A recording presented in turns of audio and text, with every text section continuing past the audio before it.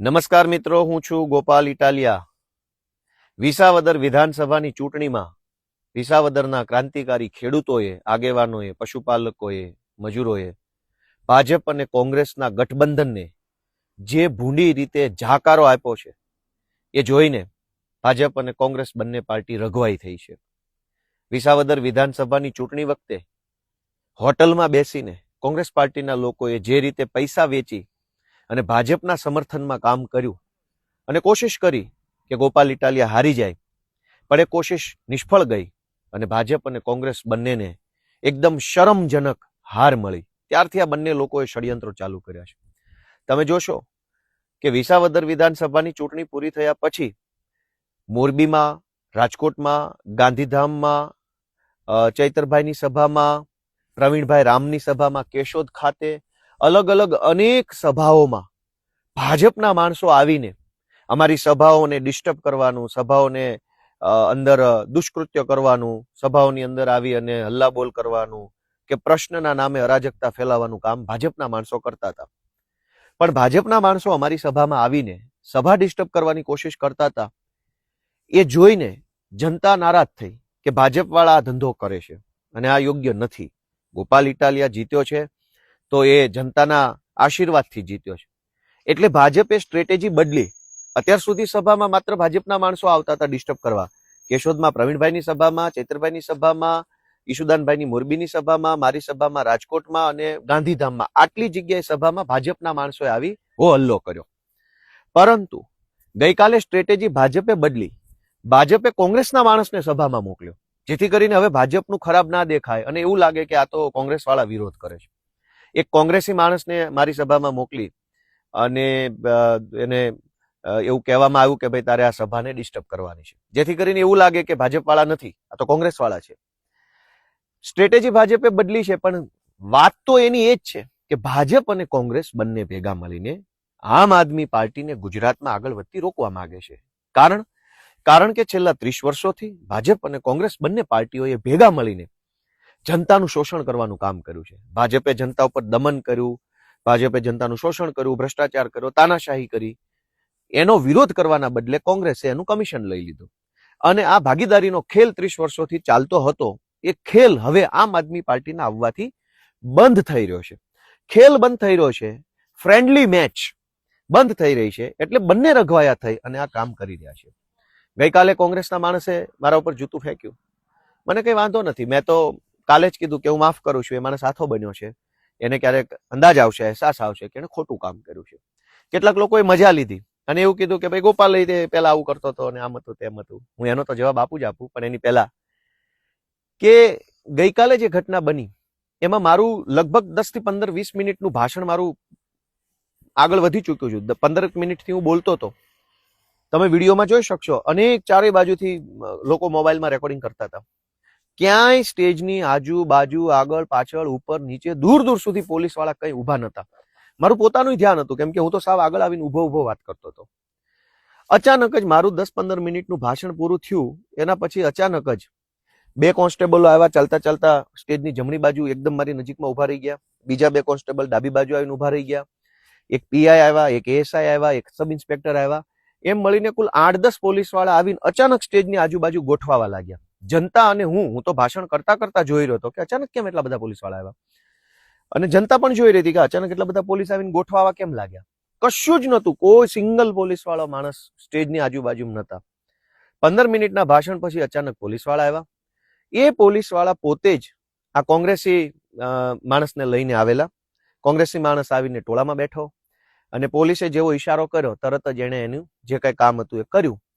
Police એકચ્યુઅલમાં ખરેખર એને escort કરવા આવી હતી, કેમ કે પોલીસને અને પેલા કોંગ્રેસી બંનેને ખબર હતી કે જૂતું ફેંકશે અને કદાચ પબ્લિક ઉશ્કેરાઈ જાય અથવા પબ્લિક ટોળું થઈ જાય ને કઈ ઝપાઝપી થાય તો પોલીસ વાળા એડવાન્સમાં, જૂતાની ઘટના બનતા પહેલા એડવાન્સમાં આવી અને પેલા માણસને પ્રોટેક્શન આપવા માટે અને પબ્લિક ટોળામાં ઘેરી ન લે એટલે એને એસ્કોર્ટ કરીને લઈ જવા માટે પેલા પોલીસ ગોઠવાઈ ગઈ. પછી પેલો માણસ, પછી જૂતું, પછી ફટાફટ પોલીસ આવીને પેલાને પકડીને લઈ જવાની કોશિશ કરે છે. એ દરમિયાન જનતાનું ટોળું થયું અને પછી તો ટોળામાં તો શું બોલવાનું, શું થયું શું ના થયું. એનો સીધો અર્થ એ છે કે કાર્યકર્તા કોંગ્રેસી છે, પણ પોલીસે કોના કહેવાથી કોંગ્રેસી કાર્યકર્તાને સપોર્ટ આપ્યો? ભાજપના કહેવાથી. ભાઈ પોલીસ તો દારૂની, ડ્રગ્સની, જુગારની, બળાત્કારની એફઆઈઆર લખવા તૈયાર નથી, તો આ કોંગ્રેસી માણસને બચાવવા માટે કેવી રીતે આવી ગયા?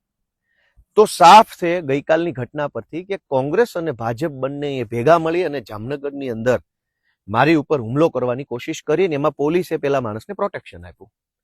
અત્યારે જ્યારે હું આ બોલી રહ્યો છું ત્યારે મારી ઘડિયાળમાં 12:37 થયા છે. આજે 6મી તારીખના 12:37. હજુ સુધી એ માણસ ઉપર કોઈ પોલીસ કાર્યવાહી નથી થઈ. હું તો એફઆઈઆર કરવાનો નથી, મેં તો એને માફ કરી દીધો છે કે એ હાથો બન્યો છે, એને એની ભૂલનો અહેસાસ થશે, ઈશ્વર એના પરિવારને ખુશ રાખે એવી પ્રાર્થના કરી અને મેં છોડી દીધું છે. પણ સામાન્ય સંજોગોમાં આવું કંઈ પણ બને તો પોલીસ જાતે ફરિયાદી બનીને એફઆઈઆર પણ કરતી હોય છે, 151 કરતી હોય છે, 2-4 દિવસ જેલમાં રાખતી હોય છે.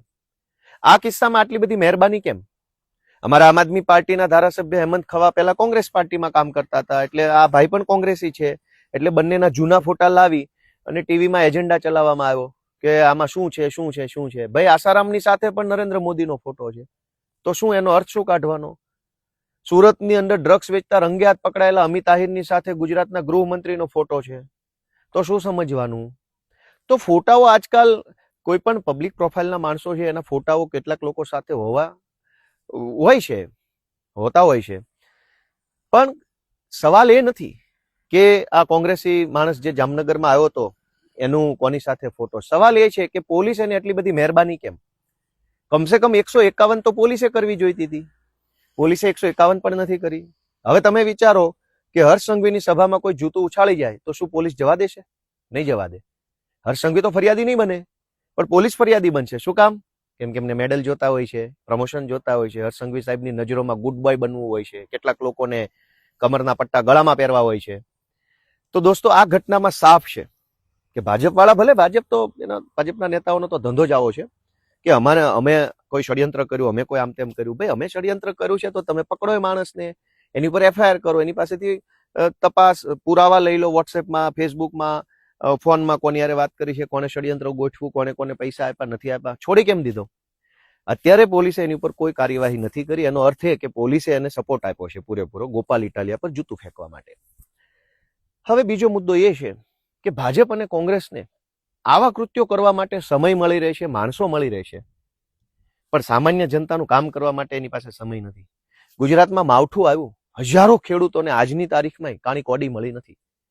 કેટલાક લોકોને થોડા ઘણા પૈસા કદાચ મળ્યા હશે એવું માની લઈએ, પણ હજારો ખેડૂતોએ ફોર્મ ભર્યા છે, કોઈના ખાતામાં પાવલી આવતી નથી. સતત પબ્લિક લાઈનમાં ઊભી છે, ખાતર માટેની લાઈન, માવઠાના ફોર્મ ભરવાની લાઈન, ટેકાના ભાવે મગફળી કે ચણા કે સોયાબીન વેચવાની લાઈન. પબ્લિક તો લાઈનમાં ઊભી છે, ખેડૂતો લાઈનમાં ઊભા છે. ખેડૂતોની લાઈન છે ત્યાં કંઈક મદદ કરવાના બદલે ભાજપ અને કોંગ્રેસ બંને ભેગા મળી આમ આદમી પાર્ટીને રોકવાની કોશિશ કરે છે. આ તો દુર્ભાગ્ય છે.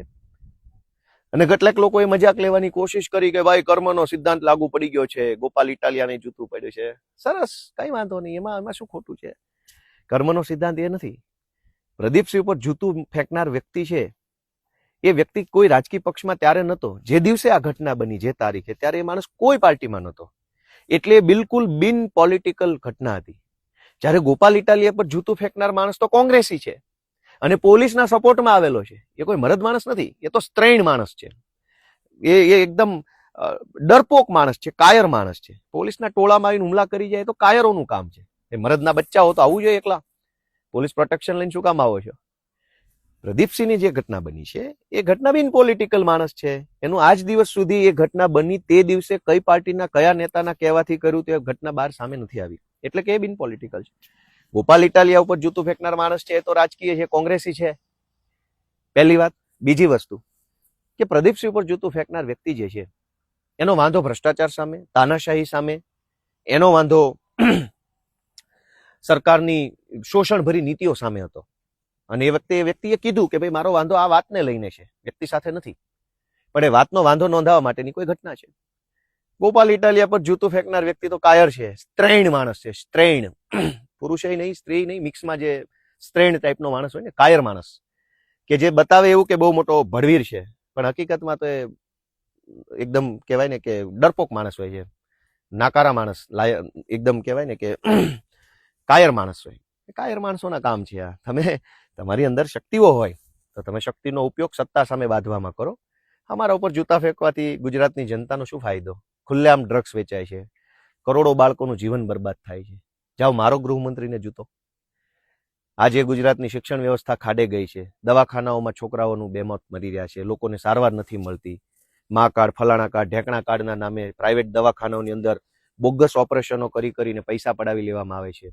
ખ્યાતિ કાંડ થયો, જામનગરની હોસ્પિટલનો કાંડ થયો, અનેક લોકોને દવાખાનામાં, પ્રાઇવેટ દવાખાનામાં શોષણ થઈ રહ્યું છે. શાળાઓમાં લૂંટફાટ ચાલે. તમારામાં હિંમત હોય, તાકાત હોય તો જાઓ મારો સરકારને 4 જૂતા.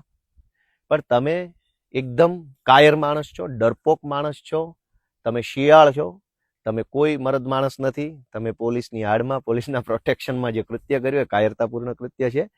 અને મરદ માણસો એને કહેવાય જે વિધાનસભામાં જઈને ખુલ્લી છાતીએ પડકારની સામે હજારો લાખો કરોડોના સુરક્ષા ઘેરાની વચ્ચે તે પોતે પોતાના વિચારો પર અડગ ઊભા રહે અને વિધાનસભામાં જઈ, અંગ્રેજોની એસેમ્બલીમાં જઈ અને કામ કરી આવે. ભગતસિંહને નીડર માણસ કહેવાય, એવું કામ કરનાર નીડર કહેવાય.